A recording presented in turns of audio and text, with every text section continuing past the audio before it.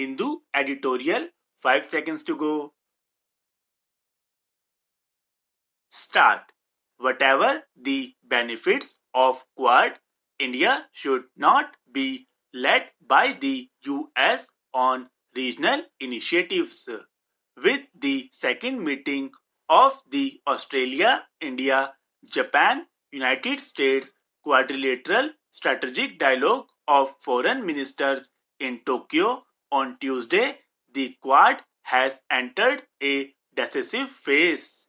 The ministers who had last met at the UN General Assembly made a considered push to hold the meeting despite the COVID-19 pandemic.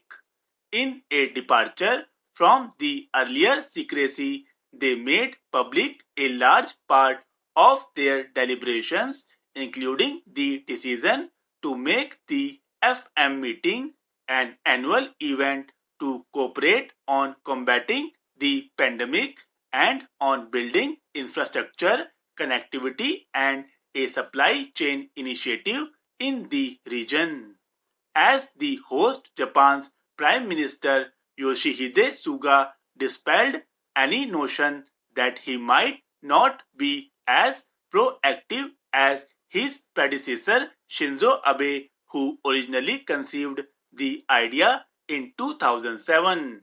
Australia's Foreign Minister Marise Payne attended despite the 2-week quarantine that she faces on return, and India's External Affairs Minister S. Jaishankar undertook the journey despite the government's preoccupation with the LAC standoff. But it is probably the US that displayed the most eagerness to hold the meeting just weeks before the presidential election.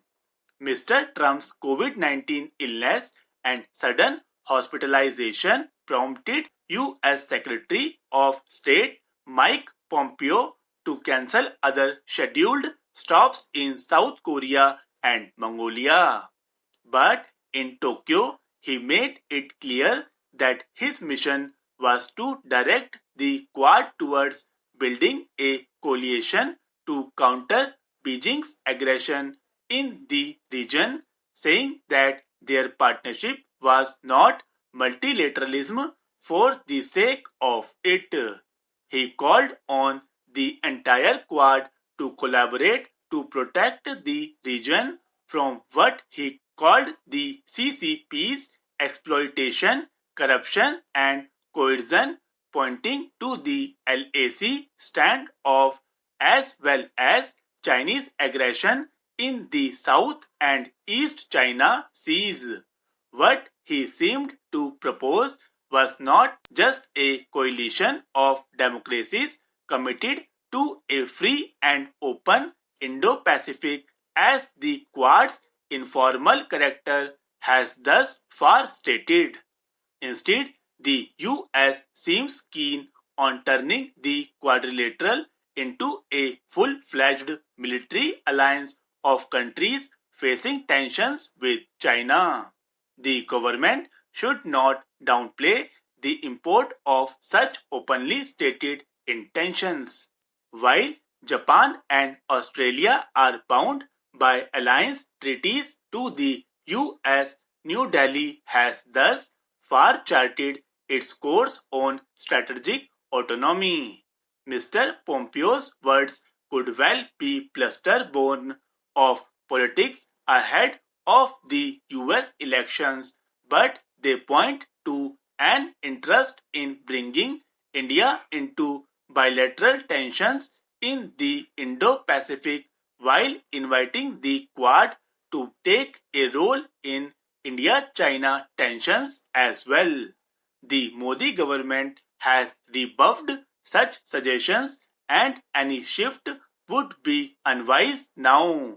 India has much to gain strategically and in terms of capacity building from the quadrilateral dialogue, but little from the impression it is being led by Washington on an important initiative for the region in which India is an equal and important stakeholder.